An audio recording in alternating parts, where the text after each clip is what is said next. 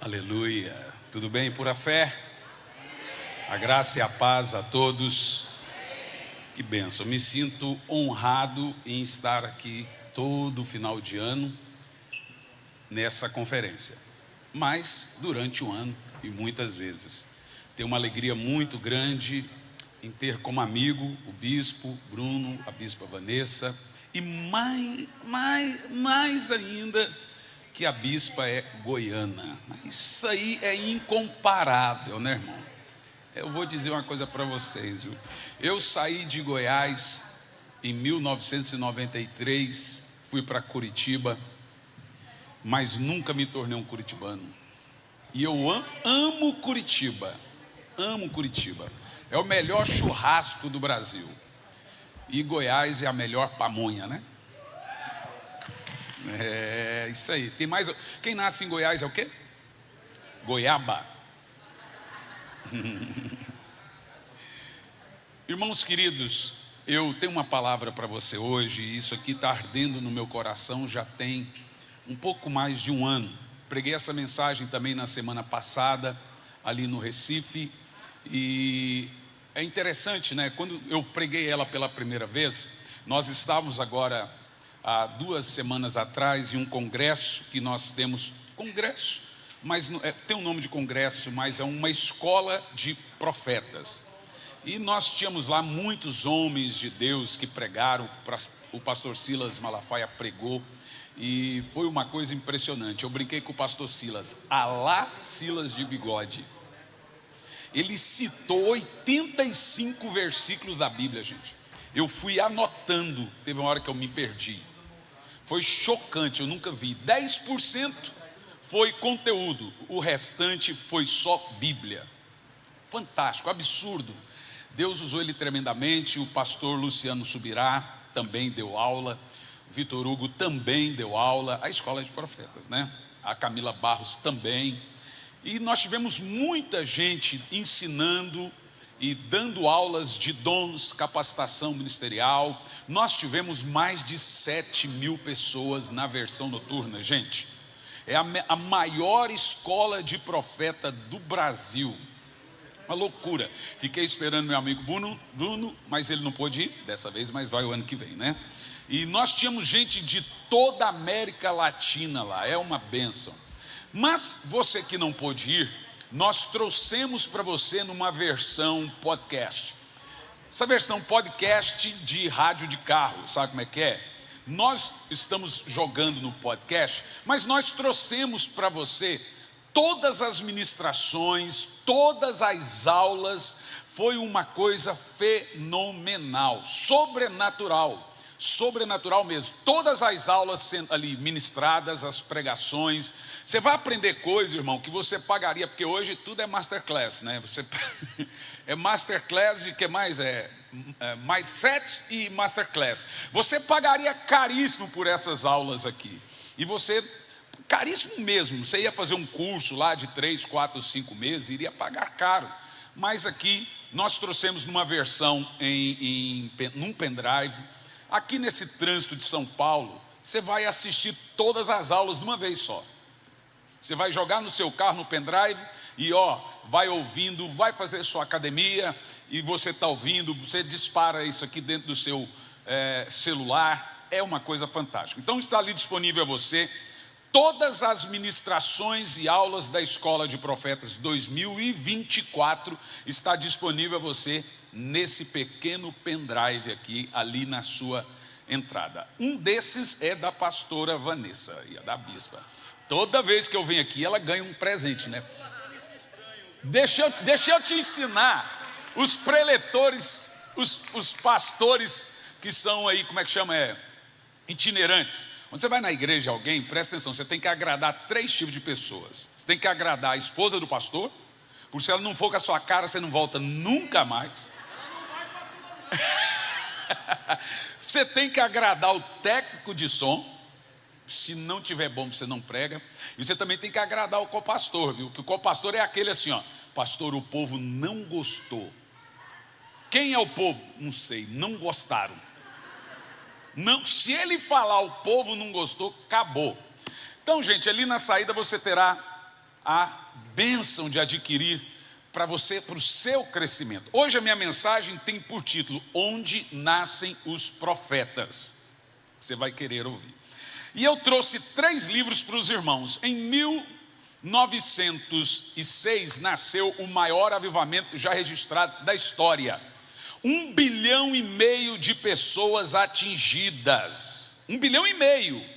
Olha que coisa tremenda. Esse avivamento aconteceu 18 dias depois de um terremoto em Los Angeles que matou 11 mil pessoas. 18 dias depois, o avivamento desce numa casa chamada Born Bryan, numa rua pequenininha, e a casa cai, literalmente. Lá nos Estados Unidos as casas são suspensas, né?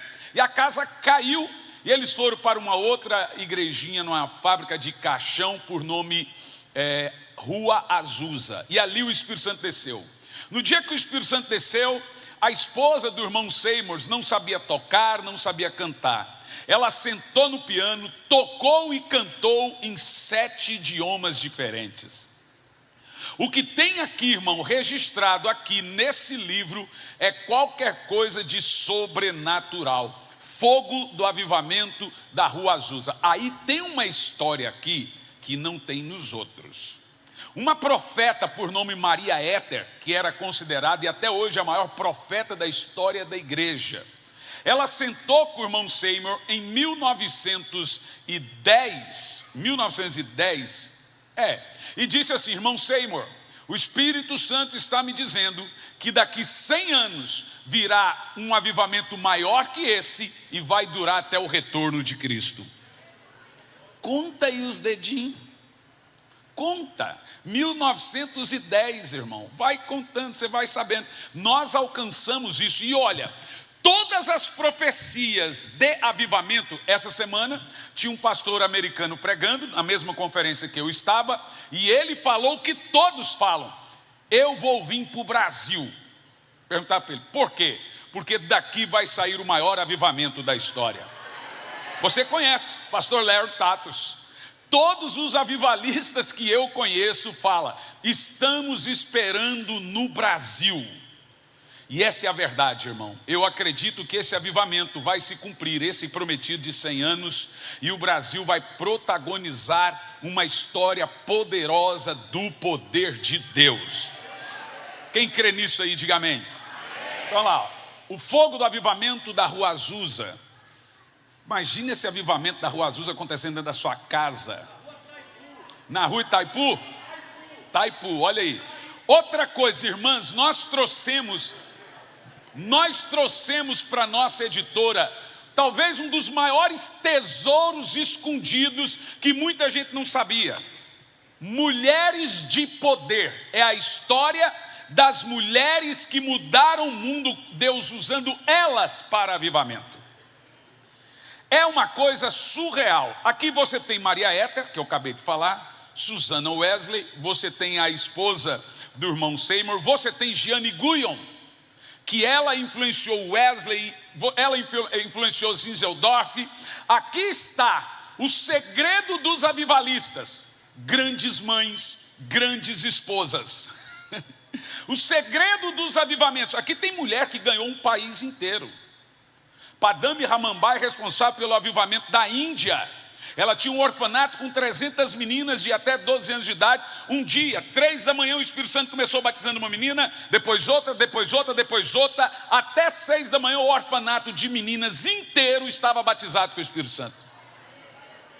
Sabe, esse é o resultado do avivamento da Índia, que começou com Padami Ramanbai. Eu amo isso aqui, gente. Então tá lá, ó.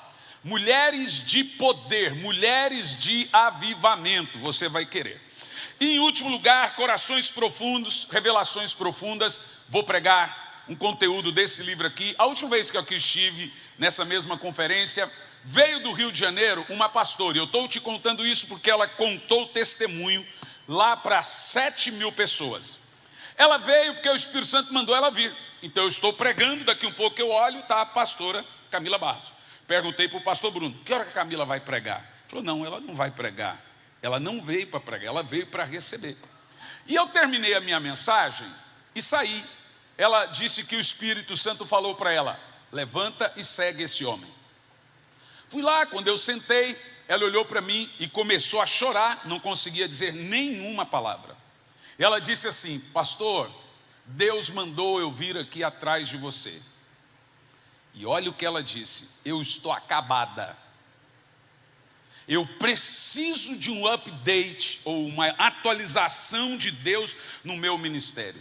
Eu estou citando exatamente as palavras dela.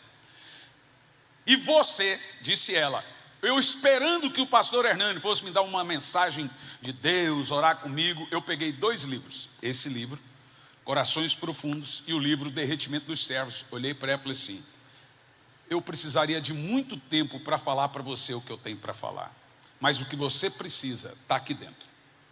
Ela pegou os 2 livros. Eu falei: começa pelo azulzinho e depois termina no livro marronzinho. Ela teimou, ela foi começar pelo marronzinho e já estava na metade do livro, dentro do avião. Ela pega e esquece o livro dentro do avião. Isso que ela contou. O que acontece? Perdeu o livro, teve que começar do outro livro. Quando deu 40% do livro, ela conta que ela teve uma visitação da parte de Deus absurda. E aí ela conta o seguinte, que mudou a vida dela completamente, como ela cria, como ela pensava, o que ela entendia, as prioridades.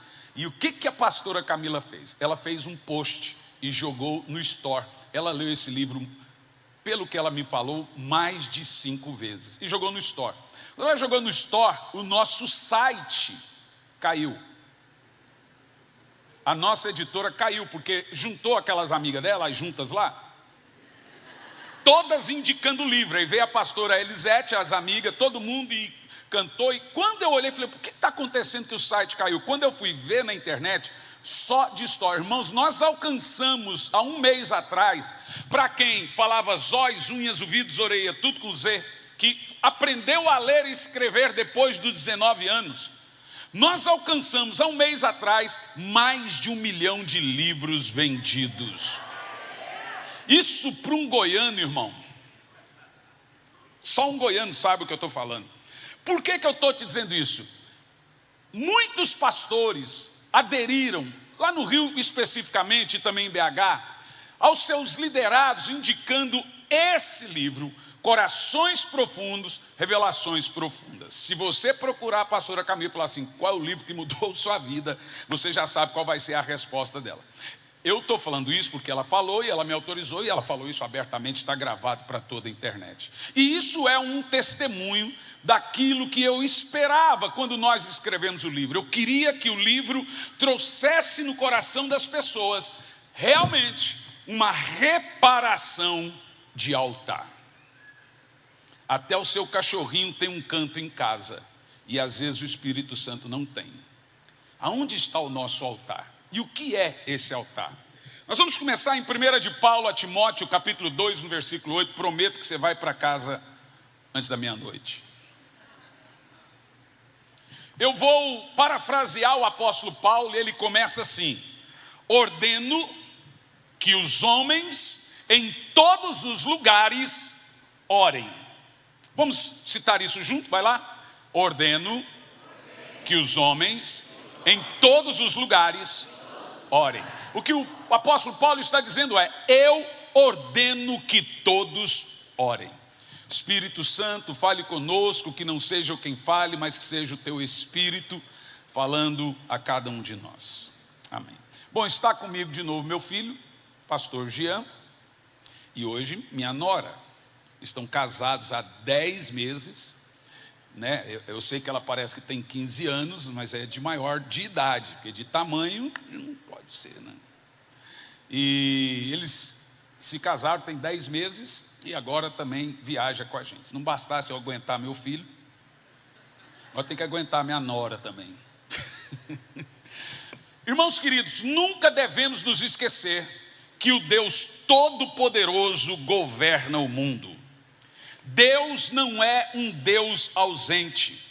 Sua mão está sempre regulando os negócios humanos. Em Salmo 11, no versículo 4 diz: seus olhos examinam os filhos dos homens. E aí surgem 2 perguntas. Primeira, Você sabe como Deus governa a sua igreja?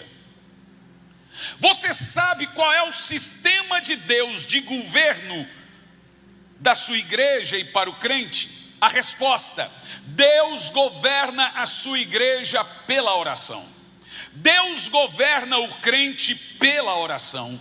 Deus governa seus ministros pela oração. Então, uma igreja que não ora simplesmente não tem o governo de Deus. Um crente que não ora não é governado por Deus. Um ministro do evangelho que não ora não é governado por Deus. Por isso que o apóstolo Paulo é enfático ao dizer: eu ordeno que todos orem. Preste atenção.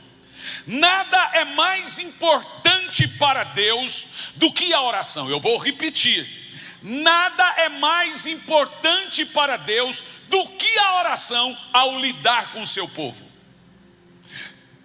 O método de Deus, a maneira de Deus de lidar, de governar o crente é através da comunicação de via dupla. E nós chamamos isso de vida de oração.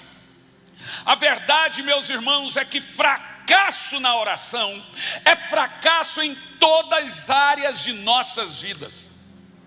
Se nós formos fracos na oração, nós seremos fracos em toda a frente de batalha. Quando eu falo da oração, eu costumo dizer que a oração é a maior arma de Deus na batalha espiritual. E por quê?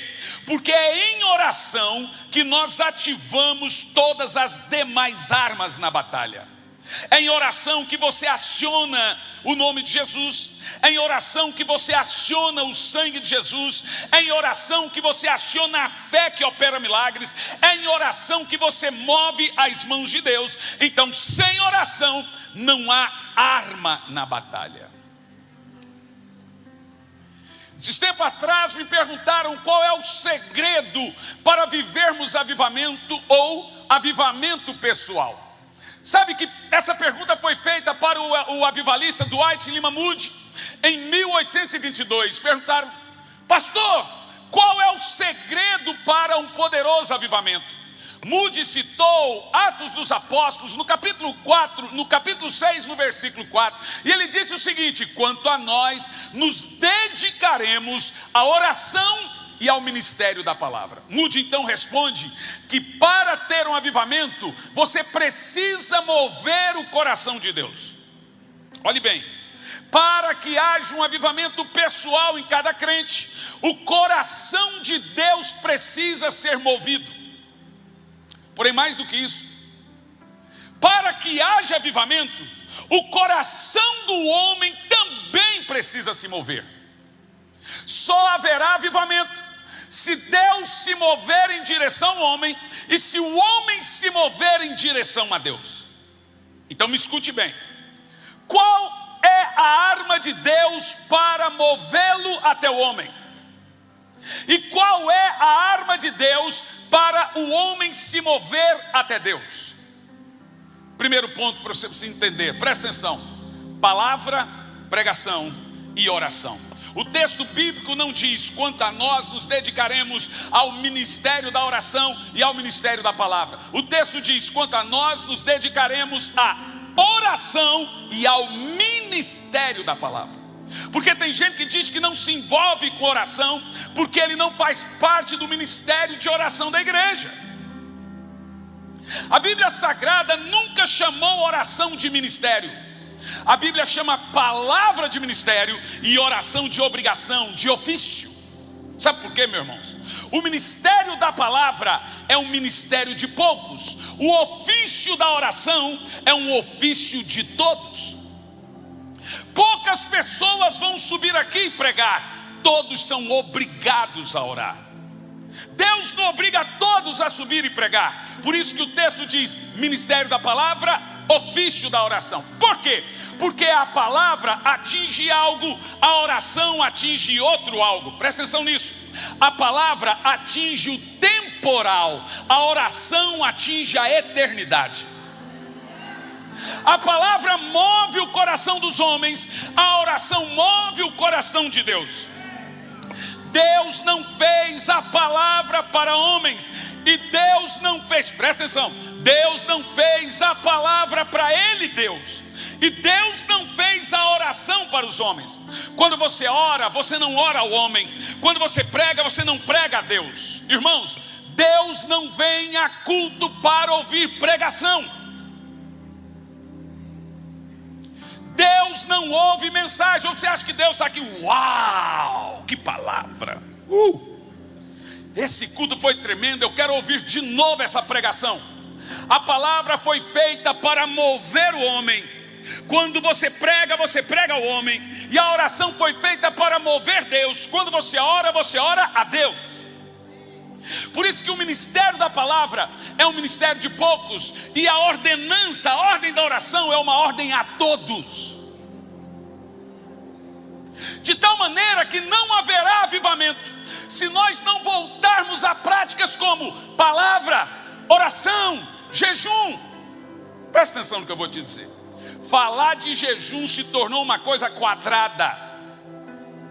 Mas deixe-me te dizer, em Jó capítulo 2, no versículo 12, mostra que só tem uma volta nossa a Deus que Deus considera como volta.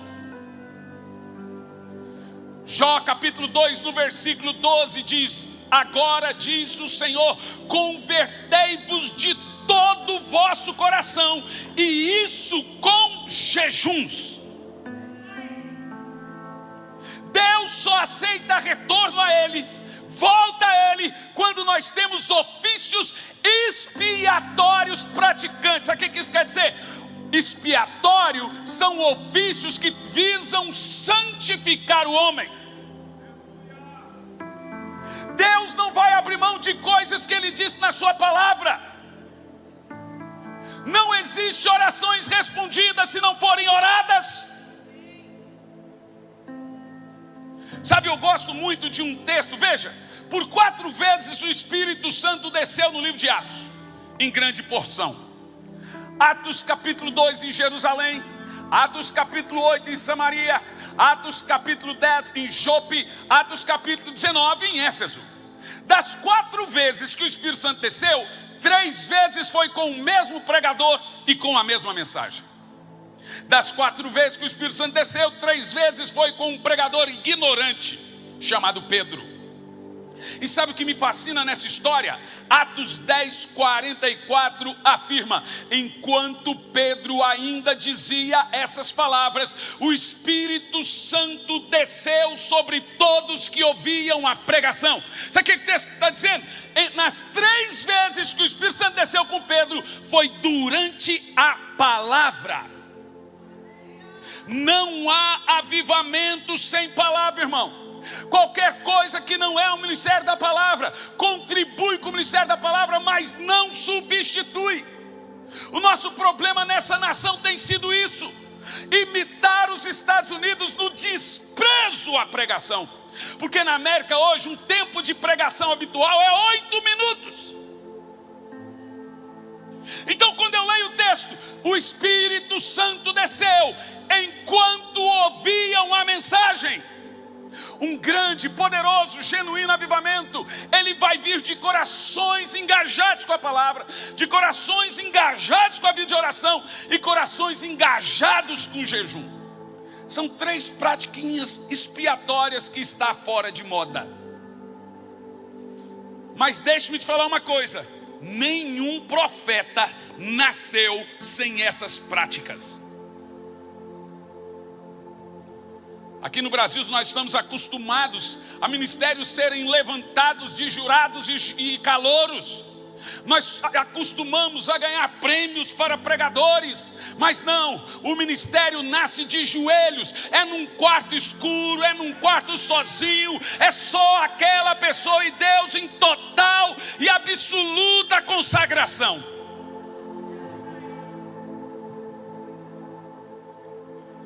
Aí tem uma perguntinha, eu vou só pregar hoje, amanhã eu ministro, tá bom? Para eu conseguir pregar e deixar a ministração para amanhã.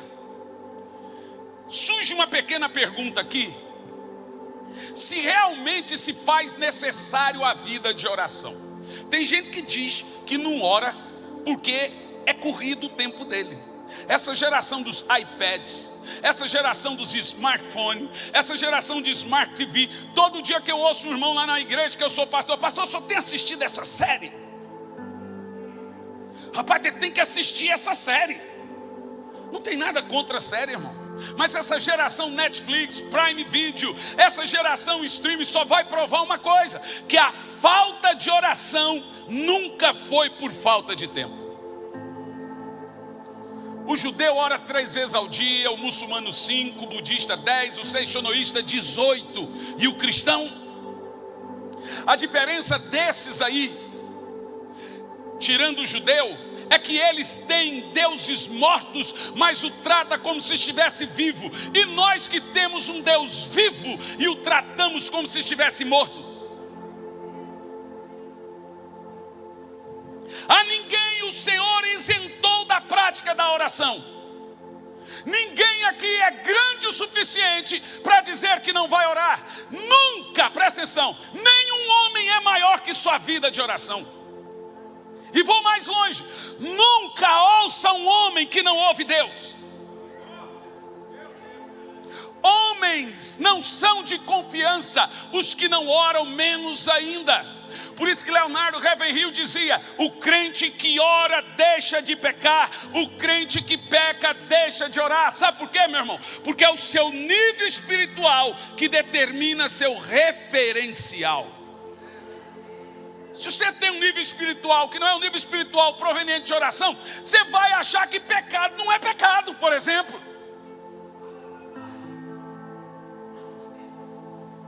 A vida de oração, preciosos, é uma vida de consagração contínua. Isso quer dizer que a oração de ontem não substitui a oração de hoje.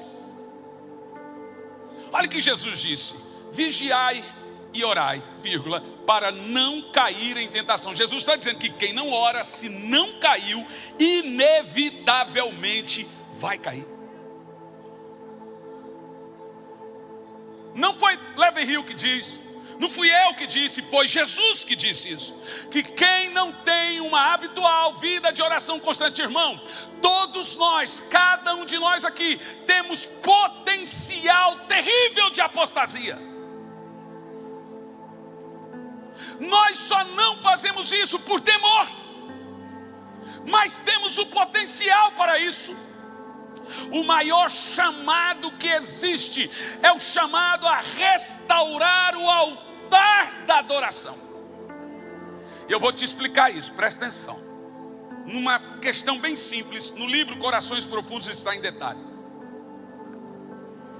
Um dia Jesus chegou nos seus discípulos e disse assim: vigiai e orai, vírgula, para não cair em tentação. Num outro texto, Jesus afirma assim: porque vocês não conseguem orar comigo, no mínimo, o quê? No mínimo, vocês não querem falar, né? Ó, ficar caladinho não te isenta. Então é bom falar. Só, no mínimo, você acha que Jesus falou ao léu? Jesus falava besteira ou falava palavra por falar? Jesus foi intencional em tudo. E eu fui cavar. Falei, eu quero saber por que Jesus, pastor Marcelo, citou o termo orar por 1 hora. E eu não achava. Eu não achava nenhum modelo de alguém orando por 1 hora. Mas Jesus está apontando para algo.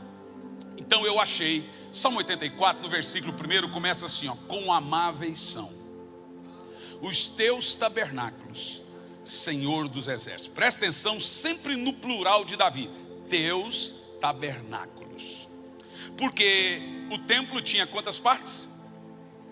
Então por isso que está no plural. E ele continua: a minha alma anseia e desfalece pelos teus átrios. Agora olha a revelação: o pardal encontrou casa, a andorinha o ninho para si, e eu encontrei. Preste atenção que ele usou a palavra teus altares, não teu altar. Por quê? Já desde o início do texto, Davi está nos fazendo menção ao tabernáculo de Moisés. E o tabernáculo de Moisés tinha 6 altares. Eu fiquei muito feliz quando eu cheguei aqui e vi algumas réplicas aqui, né? Desses altares, você tem aqui o altar de incenso, você tem ali representa a arca. Então deixe-me te explicar esses 6 altares, você vê a gravidade do que Jesus está falando, que nós deveríamos ter uma vida de oração de no mínimo 1 hora por dia. O tabernáculo de Moisés feito no deserto, ele tinha 3 partes. No átrio havia 2 altares de bronze. No lugar santo haviam 3 altares de ouro. No Santo dos Santos havia mais um altar de ouro. Agora olha que coisa interessante. Por que os altares do átrio eram de bronze? Porque eram altares que tinham contato com o pecador comum. Até esses 2 altares qualquer um poderia entrar. Mas a partir do momento que entrava para o lugar santo, ali já era só o sacerdote. Então olha como que era, o negócio funcionava o seguinte: quando você chegava no lugar do átrio, havia 2 altares. Esse ali que parece uma grelha argentina, só que ele era gigante, tão grande que o sacerdote tinha que subir numa escada e oferecer um cordeiro de 1 ano de idade. Escute isso. Cada família tinha que ter o seu cordeiro de 1 ano, e o cordeiro não podia ter mancha. Entregava na mão do sacerdote, o sacerdote matava o cordeiro, derramava o sangue, e enquanto o sangue era derramado, aquele pecador confessava os pecados. Depois que o sangue estava todo derramado, ele jogava a carne na grelha e queimava a carne. Então esse altar era bronze. O segundo altar não está aqui, mas podemos fazer uma demonstração. Era a pia, que também ficava no átrio. Por quê? A pia também era de bronze. Aquele sacerdote que estava sujo com o sangue dos cordeiros tinha que lavar as mãos agora na pia de bronze. Quem entrará no santo lugar? São os que têm porque aqui se confessava e limpava. Limpai os vossos corações, pecadores. Agora que ele lavava as mãos e queimava ali a carne, ele podia entrar até o lugar santo. No lugar santo havia o quê? Preste atenção nisso. À esquerda havia um candelabro com 7 lâmpadas. Ele tinha que acender as 7 lâmpadas. À direita havia o altar de incenso com 12 pães asmos. Ele tinha que comer um pedaço do pão. Mesa dos pães da preposição. E lá na frente, próximo do altar, ficava esse altar de incenso, aonde ele tinha que acender incenso e cantar um louvor ao Senhor. Depois que ele acendia o incenso e cantava o louvor ao Senhor, ele estava diante da arca. Você sabe quanto tempo demorava? É interessante mais isso, porque o sacerdote, ele entrava, fazia uma espécie de uma corrida até o Santo dos Santos. Você sabe quanto tempo demorava isso? Você sabe? 60 minutos. Agora, quando Jesus vem para nós, ele traz uma mensagem poderosa de sacerdócio universal, dizendo que o véu foi rasgado, que você tem acesso a Deus. Você, para se apresentar a Deus, é o seu sacerdote. Nenhum pastor te substitui diante de Deus. E se você tem um sacerdócio universal, você tem que ter sua corrida diária.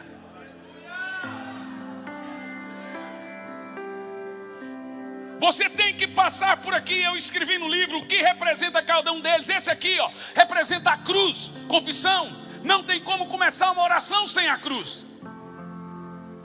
O outro, a pia, representa a santificação. Limpai as vossas almas, limpai as vossas mãos com a água pura, que representa santidade. O outro, as lâmpadas, já dentro do átrio, as 7 representam os 7 Espíritos de Deus, que é o Espírito Santo. Eu desenvolvi um método para mim de oração que foi poderoso. Então quando eu vou naquele lugar, aí eu gasto tempo, minutos, e ali é eu e o Espírito Santo. Ali eu chamo de lugar da revelação. Mais um pouco eu tenho a mesa dos pães, onde eu como. Você sabe, o pão representa a palavra de Deus. Então ali eu leio a Bíblia em voz alta. Tudo isso 5 horas da manhã, por dezenas de anos. Muitos anos eu venho fazendo isso. E depois eu acendo o incenso. Eu pego meu celular, ponho uma musiquinha baixinha, tá, aquela Sinto Fluir está na minha lista, e ali eu adoro o Senhor.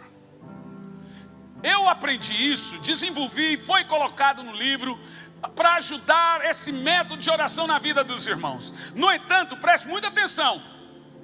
O que você diz a Deus quando não diz nada? Você sabe o que é um demônio? Um demônio é um anjo debaixo da cobertura errada. Quem cobre os demônios? Satanás. Então, um demônio é um anjo debaixo da cobertura errada. Assim como um demônio é um anjo debaixo da cobertura errada, não orar é orar ao Deus errado. Eu vou te mostrar isso agora. Tem gente que pensa que o seu silêncio não faz barulho. Deus aceita a sua não oração ou o seu silêncio como oração. E veja, orar não é falar apenas. Orar não é apenas o que se diz, é um coração que Deus ouve. Orar é mais que um derramar do que palavras. Tanto que é verdade que Jesus, quando você está orando, Ele não está sondando suas palavras, Ele está sondando seu coração. E Ele diz, você está falando uma coisa com a boca e outra coisa com o coração. Então o que importa é... Então se você não orar, não significa que você não está orando. Suas atitudes para Deus valem mais que palavras. Então vamos lá, eu tenho uma lista de 40 coisas que dizemos a Deus quando não oramos. Vou citar só algumas. Quando você não ora, você está dizendo a Deus, não pedi sua opinião. Quando você não ora, você está dizendo a Deus, não quero ser guiado pelo Espírito. Quando você não ora, você está dizendo a Deus, não quero crescer na graça e no conhecimento de Jesus. Quando você não ora, você está dizendo a Deus, não creio que o Senhor possa fazer um milagre na minha casa. Quando você não ora, você está dizendo a Deus, não quero conhecer a sua vontade. Eu poderia dizer mais. Irmãos, eu não queria que você voltasse para casa nesse término aqui, dessa forma. Mas te garanto que você vai melhor que entrou. Pois o maior altar a ser restaurado é o da nossa comunhão com Deus. Irmão, eu não conheço o crente que diz, não gosto de orar. Não conheço o crente que diz, não vou orar. Eu conheço o crente que diz, não consigo orar. Eu entendi já há muitos anos que o que Deus me deu é um ministério para ativar a comunhão de cada pessoa com Deus. Agora, no entanto, eu tenho um detalhe, um pequeno detalhe, só um pequenininho assim, desse tamanho aqui, para falar com você aqui antes de terminar. Qual é o detalhe? Existe horário de oração mais santo do que o outro? O que você acha? Se não existe horário de oração mais santo que o outro, por que a Bíblia dá tanta ênfase na oração de madrugada? Se não existe jejum melhor que o outro, por que tem vários tipos? O que nós precisamos saber é entender o que a Bíblia quer dizer com isso. Agora eu vou te dar uma dica. Primeira dela, nunca cite textos apelativos como de madrugada a fila é menor. Lá no Japão pode ser maior.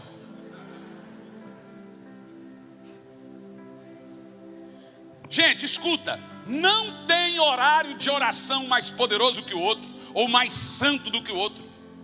Se você orar de manhã, se você orar às 5 da manhã, se você orar às 10 da manhã, Deus vai ouvir do mesmo jeito. Não há nada na Bíblia que diz que você tem que orar de madrugada para Deus escutar, ou se eu orar de madrugada vai ser mais fácil. Não. Ora, se é não, por que então falar tanto da oração da madrugada? Eu oro de madrugada há muito, olha, eu acho que eu tinha uns 14 anos de idade. Nunca fui ex-nada na minha vida. Nunca usei droga pesada, nunca torci pro Corinthians, nunca. Essa é pesada, essa droga é pesadíssima. Agora veja, nunca entrei num bar, nunca entrei num motel, nunca, irmão, música do mundo não vai na nossa boca. Então assim, eu nunca fui ex-nada na minha vida, nunca desviei. Eu não sei o que é, eu não sei o que é não ser crente. Meu avô era um ex-padre que veio de Portugal, chamado Manuel Gomes, conheceu minha avó e abandonou a batina. Então meu avô me mostrou que católico ora 2 vezes por dia. De manhã ele levanta e reza o terço, que dá uns 40 minutos. De noite, antes de dormir, ele reza de novo o terço, mais 40 minutos. Falei, gente, o católico ora 2 vezes por dia e faz um jejum de 40 dias por ano. Faz ou não faz, gente? Do carnaval à Páscoa. Mas o jejum deles é assim. A gente não faz nem assim. É uma vergonha. Mas escuta, eu aprendi a conquistar as minhas batalhas orando na madrugada. E o que tem na madrugada de diferente de outros lugares? É isso que eu quero te ensinar. Presta atenção. Você pode escolher a hora de falar com Deus. Você só não pode escolher a hora que Deus vai falar com você. Pegou? Então, mas o senhor está querendo dizer então que na Bíblia, escuta, eu vou te mostrar isso na Bíblia agora. Na Bíblia, Deus falou com seus servos somente em um turno, em nenhum outro. Eu levei 8 anos para pregar isso aqui. E eu não preguei porque eu queria ter certeza. Eu não queria pregar minha experiência pessoal. Se é pessoal, eu não posso ensinar. Mas quando o Senhor me deu todas as chaves, irmão, agora eu estou livre, leve e solto. Vou repetir para você, preste muita atenção. Nenhum profeta nasceu de outro período. Na Bíblia Sagrada, Deus só levantou e só falou com seus servos em um único período. E eu gostaria de arrumar essa treta para você aqui, aonde a gente chega nesse negócio. Eu pedi aos irmãos ali que me arrumasse uma versão bíblica, porque 3 Bíblias de versões novas, você não vai encontrar algumas palavras. Por exemplo, arrependimento. Segundo, a palavra madrugada. Essas Bíblias fizeram para facilitar. E eles fizeram a tradução dela baseado no texto crítico e não do texto original. O que isso quer dizer? Que é baseado na interpretação do autor. Ele fez seu texto crítico. Essas Bíblias recentes. As outras são do texto original. Então, eu cresci no Evangelho, nunca consegui ler ou citar ou decorar qualquer Bíblia que não fosse Ferreira de Almeida. Então, toda a Bíblia que eu coloquei aqui foi Ferreira de Almeida. Então, para mim, eu tenho uma dificuldade muito grande com as outras. Eu vou começar aqui, os meninos ali da tela, vou colocar 2 textos para os irmãos. Se eles forem bem rápidos, vai ganhar um livro. Aí, beleza? Primeiro texto que eu quero analisar com você é Jeremias 44, no versículo 4. Presta atenção. Somente no livro de Jeremias, a palavra oração de madrugada está em 10 vezes. Em Provérbios 18, Salmos 39, Jó 13. Eu poderia continuar e você vai ver que, presta atenção, que essa palavra está em todo o Velho e Novo Testamento. Agora leia o texto junto comigo, vai lá. E eu vos enviei todos. Dá uma pausa. O que você tem nesse texto agora? Todos não é alguns, todos não é muitos, todos não é poucos, todos é tudo. Significa que não há margem para interpretação. Deus amou o mundo. Temos ali uma máxima bíblica. Não tem como você dizer que não é bem o mundo, é mundo. O que nós temos aqui? Um português experimental dizendo: eu enviei todos os meus servos profetas madrugando. Sabe o que esse texto está dizendo? Que Deus não falou com servo algum em outro período. Sempre foi na madrugada, todos. Mais um texto, Jeremias 7 e 25. Olha esse texto aí. Jeremias 7 e 25.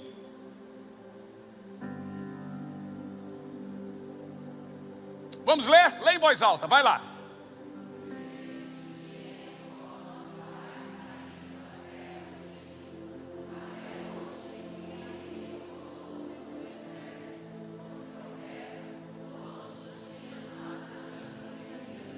Eu amo esse texto. Sabe o que esse texto está dizendo? Que Deus, desde quando o povo de Israel saiu do Egito, falou com o seu povo todos os dias de madrugada. Em mais um texto, Jeremias 26:5, para que ouvisses a palavra dos meus servos, os profetas, que começando de madrugada, vamos lá, para que ouvisses as palavras dos meus servos, os profetas, que eu vos envio, madrugando. Irmão, aqui eu tenho vários textos comprovando a você que Deus na Bíblia não falou, não revelou e não visitou qualquer um fora da madrugada. Você pode escolher a hora de falar com Deus, você só não pode escolher a hora que Deus vai falar com você. Você não pode decidir quando vem a revelação. Você não pode decidir quando vem a visitação. Você quer ver uma coisa tremenda? Eu vou te dar aqui, coisa sobrenatural. Eu amo isso aqui, gente. Isso aqui é uma das chaves mais poderosas que está na sua vida. Provérbios 8:17. Deus ama aqueles que o procuram de madrugada. E ele diz: eu amo aos que me amam, e aqueles que me buscam de madrugada me acham. Nós temos também Salmo 88:13. Davi disse: mas eu, Senhor, clamo a ti, de madrugada a minha oração chega à tua presença. Você quer mais? Êxodo 24:4 afirma: Moisés escreveu todas as palavras do Senhor, tendo se levantado de madrugada, ergueu o altar ao Senhor. Todos os textos que você vê na Bíblia, do Velho Testamento, de visitação da parte de Deus, revelação em que Deus deu algo ou fez algo poderoso, foram na madrugada. Josué 6,15 mostra que as muralhas caíram na madrugada, mas tem horário específico. A Bíblia também afirma que o Senhor mandou o povo orar na madrugada. Quando deu 6 da manhã, o mar vermelho se abriu. Por que isso? Vou te explicar. Existem 4 turnos de oração à noite. 2 deles é chamado de turnos do poder e da visitação. Lá vem os turnos, das 18 às 9, das 9 à meia-noite, cada turno 3 horas, da meia-noite às 3 e das 3 às 6. Como nós sabemos que um desses turnos é diferente? Por causa de Jesus. Por 4 vezes a Bíblia afirma que Jesus orava na 4ª vigília. Qual é o horário da 4ª vigília? Das 3 às 6. Então a Bíblia afirma que vem Jesus 6 da manhã andando sobre as águas, depois de orar a 4ª vigília.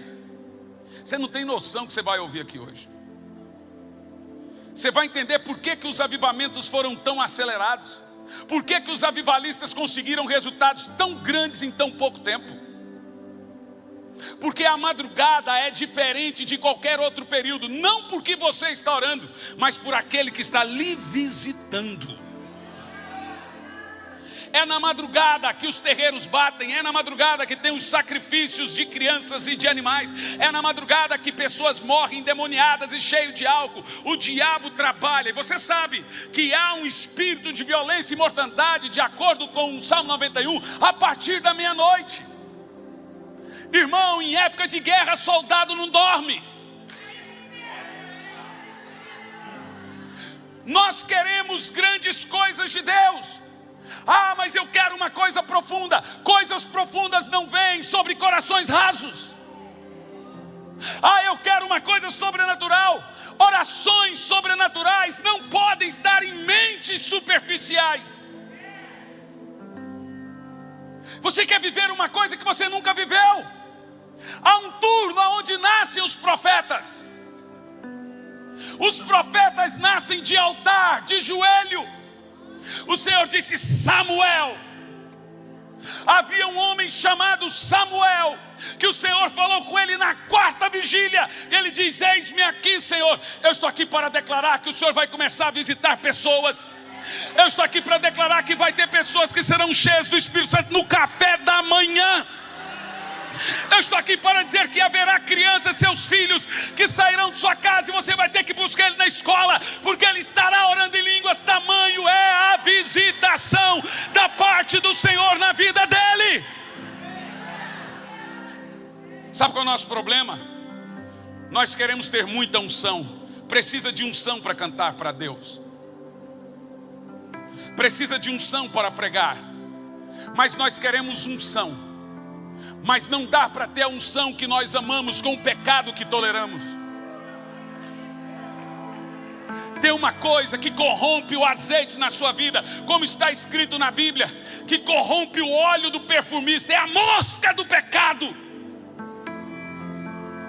Pode ser linda a mensagem, pode ser mais bem tocada a canção, ainda assim pode feder pecado. Sabe por quê? Porque você pode estar com Deus com doutrina e com o diabo em conduta.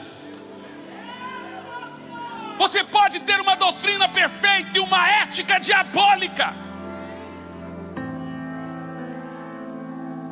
Algumas pessoas me perguntam onde nascem os profetas. Irmão, nós temos uma visão muito distorcida de profeta.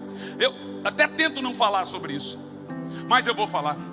Tem gente que imagina que profeta é aquele que nunca erra uma profecia. Profetizou, cumpriu, é profeta. Muita gente confunde o dom de profecia, que faz parte de um dos dons bíblicos, com o ministério de profeta. Vamos lá. Profeta não necessariamente é vidente. Tem profeta na Bíblia que nunca errou uma profecia e é falso profeta. E tem profeta na Bíblia que errou todas as suas profecias e é profeta. E o outro não era. Por exemplo, Balaão, lembra de Balaão? O profeta burro que falou com burro profeta. Balaão era o quê? Ele era o quê? Profeta. Nenhuma profecia de Balaão deu errado, gente. Balaão foi tão certeiro que ele falou assim para o povo, o rei de Moabe: manda as mulheres dormirem com os homens hebreus, Deus vai abandonar eles por causa do pecado. Até nisso ele acertou. Balaão profetizou o nascimento de Jesus. Balaão profetizou a morte de Jesus. Balaão profetizou a volta de Jesus. Nunca errou uma profecia e está no inferno. O cara revelou meu nome, o cara fez isso, aquilo, outro. Irmão, pelo amor de Deus, o que caracteriza um profeta na Bíblia? Eu vou dar só 2 exemplos. Primeiro, um dos primeiros homens a ser chamado de profeta na Bíblia foi Abraão. Sabe por quê? Sabe qual circunstância ele foi chamado de profeta? O Senhor diz: esse é Abraão, meu amigo e servo profeta. O profeta é o quê? Amigo de Deus. Quer ver um outro profeta que você não imaginava? É profeta Davi. Por que Davi foi chamado de profeta? A Bíblia diz: Davi, servo profeta, um homem segundo o meu coração. Então profeta não é o mais santo, é o mais obediente.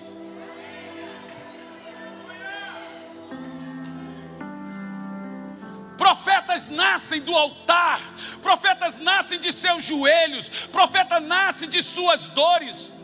John Wesley foi rejeitado até os 33 anos de sua vida, não ganhou uma alma, foi mandado embora da igreja, a igreja anglicana mandou ele embora por fracasso. Mas teve um determinado dia que o Espírito Santo veio sobre ele. Ele estava de joelho, ele foi visitar os morávios, ele entendia que ele não era salvo, mesmo depois de 30 e tantos anos sendo missionário. Sabe o que acontece, meus irmãos? Existe uma vozinha da parte do Senhor nos chamando para o altar, nos chamando para o secreto. E existe um turno que os profetas nascem. Na Bíblia, todos os profetas nasceram a partir da 4ª vigília. Jacó se ergueu o anjo, agarrou o anjo, não deixou subir. Sabe que hora foi isso? Das 3 às 6. Está lá na Bíblia. Sabe que hora que Deus deu os 10 mandamentos para Moisés? 4ª vigília, no 4º turno, das 3 às 6. Sabe que hora descia o maná? 6 da manhã. Quem dormisse até tarde ficava com fome. Tem mais, mas tem mais. Sabe que hora Jesus ressuscitou? 6 da manhã. 6 da manhã lá estavam as mulheres e o anjo diz: não está aqui. Sabe que hora que Moisés pensou em descer o monte? Irmão, a partir do romper da aurora. Foi às 6 da manhã que Gideão ganhou as batalhas com os gibeonitas. Eu posso discorrer aqui sobre tudo que você possa imaginar na Bíblia. Foi às 6 da manhã que os 3 anjos tomou café com Abraão e depois foram para Sodoma. Existe uma hora que eu chamo período, hora da visitação e da revelação. Existe um lugar que o Senhor te chama para o profundo. Existe um lugar que o Senhor te chama para um aceleramento. Sabe por quê? Porque a vida da oração de madrugada promove 2 coisas na vida de quem o faz. A primeira, um aceleramento poderoso. Vamos lá, Wesley orava das 4:30 da manhã em diante, ganhou milhões de almas. Evan Roberts orava das 4:30 da manhã em diante, ganhou 100 mil almas em 10 meses, ou seja, o país inteiro tinha 100 mil habitantes. Charles Finney ganhou mais de 4 milhões de almas, isso orando a partir das 4 horas da manhã. O que tinha lá nesse período? O que tinha nesse período? Guerra. Está na história que Finney ganhou 6% de toda a América para Jesus diretamente e 66% indiretamente. Li um livro agora que a América de hoje ainda vive o capital de avivamento de Finney. Tanto que foi avassalador. O que esses homens tinham em comum? O que Isaías tinha em comum? O que Ezequiel tinha em comum? O que Davi tinha em comum? O que todos tinham em comum? O turno, irmão. Por quê? Porque quando Deus chamava, eles não ficavam rolando na cama. Eles eram o quê? O quê? Às vezes não é insônia que você está tendo.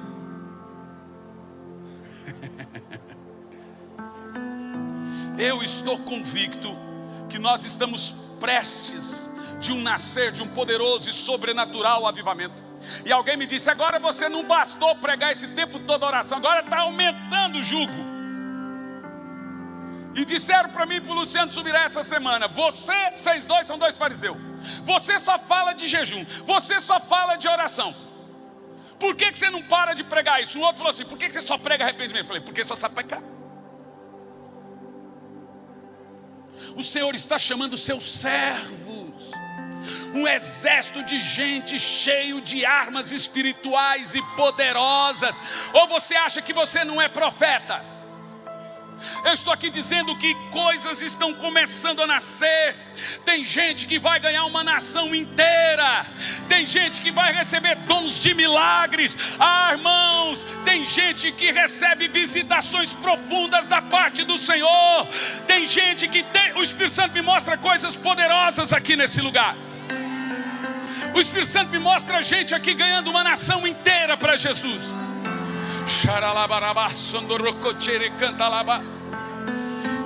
Irmão, a maioria dos meus livros foram escritos na madrugada. Ali de joelho, vinha a palavra, e escrevia. Passou, foram 3.800 devocionais. Quando você vai para a madrugada, a voz de Deus começa a ficar latente na sua vida.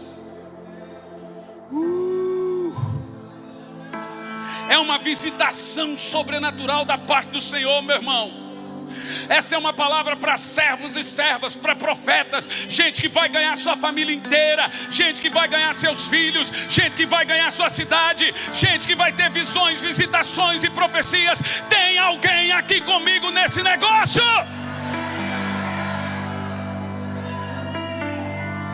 Tem gente aqui que o Espírito Santo vai lhe ensinar a orar de madrugada. E você vai ser visitado por um espírito profético. Tem mais profeta aqui ou não tem? Aonde estão esses homens cheios de fome de Deus? O salmista disse: de manhã, de madrugada te buscarei, porque a minha alma tem sede de ti. A madrugada é a hora de quem tem sede de Deus. Não é sobre religião, meus irmãos. É sobre altar, é sobre devoção. Toda vez que o Senhor te chamar para algo profundo, Ele vai te levar ao profundo. Sabe por quê? Porque se você vai por águas rasas, você vai aonde você quer. Mas se você vai em águas profundas, é o rio que te leva.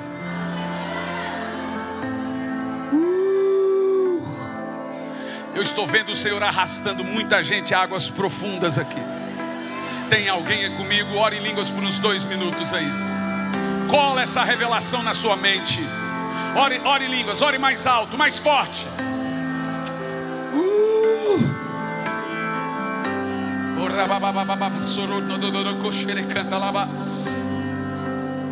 Eu estou vendo aqui algo muito poderoso. Deixe-me te contar uma coisa. É o último texto que eu vou ler com você e mostrar para você que Deus acelera quando você vai para a madrugada. Vou te mostrar isso. Deus falou: Elias, se levanta e corre. Elias se levantou e a Bíblia diz que ele correu mais que as carruagens do rei. O que Deus faz com o profeta? Acelera. E quanta evidência! Elias nunca revelou a vida de ninguém. João Batista nunca curou uma dor de cabeça. Você não vê Eliseu, Elias, prescrutando o coração. E a Bíblia chama eles de profeta. E Moisés? E Abraão? Irmão, você tem profeta aqui, ó. Está aqui, ó. Esse é o servo de Deus na sua vida. Esse é o seu profeta. Tem gente que fica para trás de profeta. Você está atrás de dom de profecia, porque profeta você tem.